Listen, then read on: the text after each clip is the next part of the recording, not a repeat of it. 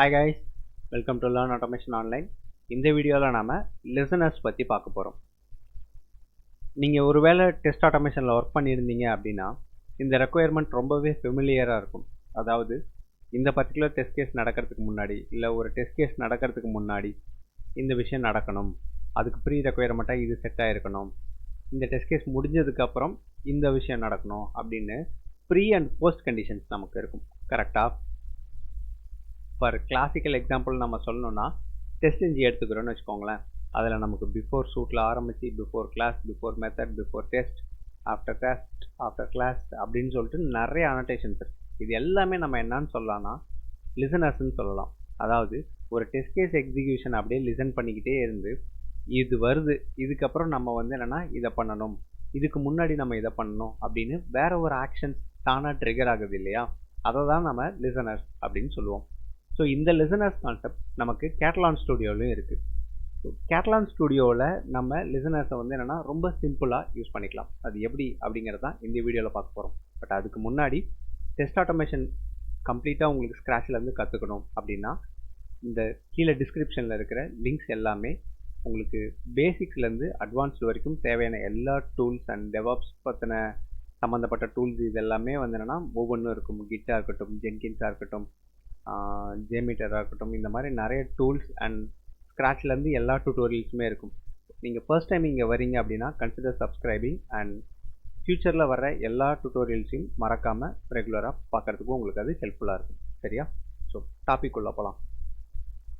So இந்த listeners example நம்ம try பண்ணி பார்க்குறதுக்கு என்ன பண்ண போகிறோம் அப்படின்னா ஓப்பன் கூகுள் எக்ஸாம்பிள் எடுத்துக்கிறேன்.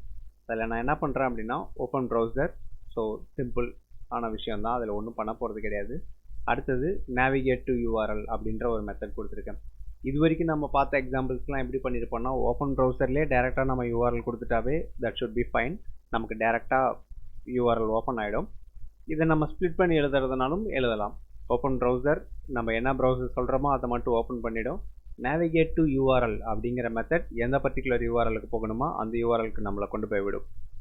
அண்ட் அதுக்கப்புறம் இந்த டெஸ்ட் கேஸில் நம்ம என்ன பண்ணியிருக்கோம் அப்படின்னா தமிழ் அப்படிங்கிற அந்த லிங்கை கிளிக் பண்ணியிருக்கோம். அகெயின் இங்கிலீஷ்ன்ற லிங்கை கிளிக் பண்ணியிருக்கோம். அண்ட் ஆஃப்டர் தட் நம்ம அந்த ப்ரௌசரை க்ளோஸ் பண்ணியிருக்கோம். இப்போது இந்த டெஸ்ட் கேஸ்க்கு காமனான விஷயங்கள் அப்படின்ற மாதிரி பார்த்தோம்னா நமக்கு open browser, navigate to URL and close browser, இது எல்லாம் என்னென்னா செக்ரிகேட் பண்ணி தனியாக வெளியில் எடுக்க முடியும். கரெக்டாக? ஸோ இந்த டெஸ்ட் கேஸ் பண்ண போகிறது நமக்கு என்னென்னா தமிழ், இங்கிலீஷ் லிங்கை கிளிக் பண்ணுறது தான் நமக்கு மெஜாரிட்டியான ஆக்ஷனாக இருக்குது. இது நடக்கணும்னா இந்த ரெண்டு ஆக்ஷன் முன்னாடி நடந்திருக்கணும். இது நடந்து முடிச்சதுக்கப்புறம் ப்ரௌசரை க்ளோஸ் பண்ணணும். ஸோ இந்த விஷயத்தில் நம்ம என்ன பண்ண போகிறோம் அப்படின்னா டெஸ்ட் லிசனரை ஆட் பண்ணி ப்ராக்டிஸ் பண்ணி பார்க்க போகிறோம். ஓகே. ஸோ டெஸ்ட் லிசனர் எப்படி ஆட் பண்ணணும் அப்படின்னா உங்களோட ப்ராஜெக்ட் எக்ஸ்ப்ளோரரில் பார்த்தீங்கன்னா டெஸ்ட் லிசனர்ஸ் அப்படின்னே ஒரு ஃபோல்டர் பார்க்க முடியும். கேட்டலான் ஸ்டுடியோவை பொறுத்த வரைக்கும் அண்ட் அகைன் நான் இதை திரும்ப சொல்லிட்டு இருக்கேன், எல்லாமே பார்த்த உடனே நமக்கு செல்ஃப் எக்ஸ்பிளனேட்டரியாக இருக்கிற மாதிரி தான் இருக்கும். ஓகே. ஸோ நியூ ஒரு டெஸ்ட் லிசனர் கிரியேட் பண்ண போகிறோம். இந்த டெஸ்ட் லிசனர் கிரியேட் பண்ணுறப்போ பார்த்தீங்கன்னா அதுக்கு ஒரு நேம் கேட்குது. ஸோ இதுக்கு நியூ டெஸ்ட் லிசனர்ன்ற நேம் அப்படியே கூட இருந்துட்டு போகுது. இதில் என்னென்ன இருக்குதுன்னு பார்த்தீங்கன்னா generate sample method before test case method, அதாவது பிஃபோர் டெஸ்ட் கேஸ் நடக்கிறதுக்கு முன்னாடி, அதே மாதிரி டெஸ்ட் கேஸ் நடந்ததுக்கு அப்புறம். ஒருவேளை இது சூட்டாக இருந்ததுன்னா டெஸ்ட் சூட் நடக்கிறதுக்கு முன்னாடி, டெஸ்ட் சூட் நடந்ததுக்கப்புறம், இது நம்ம எல்லாத்தையும் கூட செலக்ட் பண்ணிக்கலாம். நான் இப்போது டெஸ்ட்டு கேஸ் லெவலில் இதை பார்க்க போகிறனால நான் பிஃபோர் டெஸ்ட்டு ஆஃப்டர் டெஸ்ட் மட்டும் செலக்ட் பண்ணிக்கிறேன். நம்ம நாலுத்தையும் செலக்ட் பண்ணிக்கிறதுனா கூட பண்ணிக்கலாம், எல்லாத்துக்கும் ஸ்கெலிட்டன் கொண்டு வரும். சரியா? So before test, after test நீங்கள் இதை நாலுத்துமே கூட ஜென்ரேட் பண்ணிக்கோங்க. That's not a problem. So இந்த பிஃபோர் டெஸ்ட், ஆஃப்டர் டெஸ்ட் நான் க்ரியேட் பண்ணிட்டேன். ஓகே கொடுத்ததுக்கப்புறம் நமக்கு பார்த்தீங்க அப்படின்னா நம்ம என்ன நேம் கொடுத்தோமோ, ஓகே, அந்த லிசனருக்கு என்ன நேம் கொடுத்தோமோ அதை கிளாஸ் நேமாக எடுத்துக்கும். சரியா? அண்ட் அதுக்கப்புறம் நம்ம பிஃபோர் டெஸ்ட் கொடுத்துருந்தோம், ஆஃப்டர் டெஸ்ட் கொடுத்துருந்தோம். கரெக்டாக? ஸோ பிஃபோர் டெஸ்ட் ஒன்று வந்திருக்கு, ஆஃப்டர் டெஸ்ட் ஒன்று வந்திருக்கு. அதுக்குள்ளே டிஃபால்ட்டாக கொஞ்சம் பிரிண்ட் ஸ்டேட்மெண்ட்ஸ் இருக்குது. இங்கே மேலே டிஸ்கிரிப்ஷன் கொடுத்துருக்கான் பாருங்கள், execute before every test case start. நீங்கள் எத்தனை டெஸ்ட் கேஸ் ரன் பண்ணாலும் அந்த எல்லா டெஸ்ட் கேஸ்க்கு முன்னாடியும் இந்த ஃபங்க்ஷன் நடக்கும். அண்ட் ஒவ்வொரு டெஸ்ட் கேஸ் முடிஞ்சதுக்கப்புறமும் இந்த ஃபங்க்ஷன் நடக்கும். ஸோ இந்த ஃபங்க்ஷனுக்குள்ளே நம்ம ஏதாவது கண்டென்ட்டை கொண்டு வந்து போடுறோம் அப்படின்னா அது எல்லா டெஸ்ட் கேஸ்க்கும் காமனாக இருக்கிறதா இருக்கணும். ஒரு டெஸ்ட் கேஸ்க்கு மட்டும்தான் இது ஒர்க் ஆகும், இந்த டெஸ்ட் கேஸ்க்கும் நான் இங்கே கொடுத்துருக்கிற ஃபங்க்ஷனாலிட்டிக்கு சம்மந்தமே இல்லை அப்படின்னா அங்கே நாம் லிசனருக்கு போகவே கூடாது. சரியா? நமக்கு அப்படி ஒரு ரெக்குயர்மெண்ட் வர்றப்போ, எல்லா டெஸ்ட் கேஸ்க்கும் முன்னாடி இது காமனான ஒரு ரெக்குயர்மெண்ட்டாக இருக்குது, எல்லா டெஸ்ட் கேஸ் முடிஞ்சதுக்கப்புறமும் இதை நம்ம செய்யணும், அந்த கேஸில் தான் நம்ம இந்த லிசனருக்கு வரணும். சரியா? ஸோ ஆப்ஷன்ஸ் நிறைய இருக்குன்றதுக்காக தேவையே இல்லாத இடத்துல எல்லாத்துலேயும் கொண்டு போய் நம்ம இருக்கிற ஆப்ஷன்ஸ் எல்லாத்தையும் யூஸ் பண்ண ட்ரை பண்ணக்கூடாது.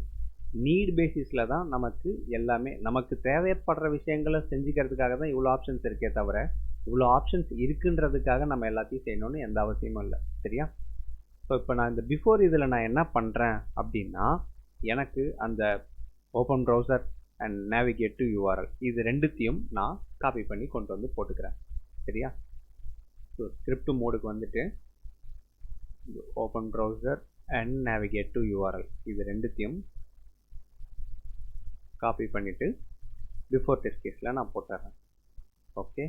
அண்ட் ஃபைனலாக அந்த க்ளோஸ் ப்ரௌசரை நான் என்ன பண்ணுறேன்னா ஆஃப்டர் டெஸ்ட் கேஸ் கொண்டு வந்து வச்சிட்றேன். ஓகே. ஸோ இப்போ எனக்கு இங்கே ஓப்பன் ப்ரௌசர் தேவையில்லை அண்ட் க்ளோஸ் ப்ரௌசரும் தேவையில்லை, சேவ் பண்ணியாச்சு. இப்போ நம்மளோட டெஸ்ட் கேஸ் பார்த்தீங்கன்னா நேவிகேட் டு யூஆர்எல் கமெண்ட் பண்ணலையா, சாரி கமெண்ட் பண்ணல. நம்மளோட டெஸ்ட் கேஸில் பார்த்தீங்கன்னா வெறும் கிளிக் ஆக்ஷன்ஸ் மட்டும்தான் இருக்குது. ஆனால் நமக்கு அந்த ப்ரௌசர் ஓப்பன் ஆகிறது அதுக்கு முன்னாடியான அந்த ப்ரீ கண்டிஷன்ஸ், அதாவது இந்த டெஸ்ட் கேஸ்க்கு முன்னாடி நடந்திருக்க வேண்டிய ப்ரௌசர் ஓப்பன் ஆகி நேவிகேட் டு யூஆர்எல் போக வேண்டிய விஷயங்கள் எல்லாம் நமக்கு இந்த இடத்துல நடந்துருச்சு. சரியா? So before test case after test case இது ரெண்டுத்துலேயும் நாம் போட்டு விட்டாச்சு. இப்போது ஓப்பன் கூகுள் டெஸ்ட் கேஸை எக்ஸிக்யூட் பண்ணலாம். ஸோ க்ரோமில் நான் ரன் பண்ணேன் அப்படின்னா இந்த டெஸ்ட் கேஸ் எக்ஸிக்யூட் ஆகணும், பட் இந்த டெஸ்ட் கேஸ்க்கு முன்னாடி லிசனர் எக்ஸிக்யூட் ஆகிறனால நமக்கு க்ரோம் ஓப்பன் ஆகிடுது, யூஆர்எல்க்கு போகுது, அதுக்கப்புறம் இங்கிலீஷும் தமிழும் கிளிக் ஆகுது. ஓகே. ஒருவேளை இந்த லிசனர் இல்லை அப்படின்னா இந்த டெஸ்ட் கேஸ் எக்ஸிக்யூட்டே ஆயிருக்காது. சரியா? ஸோ டெஸ்ட் லிசனர் ரொம்ப சிம்பிளான கான்செப்ட். ஓகே. டெஸ்ட் லிசனர் இருக்குது, சூட் லிசனர் இருக்குது. நமக்கு சூட் லெவலில் வேணும் அப்படின்னா சூட் லிசனர் யூஸ் பண்ணிக்க போகிறோம், டெஸ்ட் கேஸ் லெவலில் வேணும்னா டெஸ்ட் லிசனர் யூஸ் பண்ணிக்க போகிறோம்.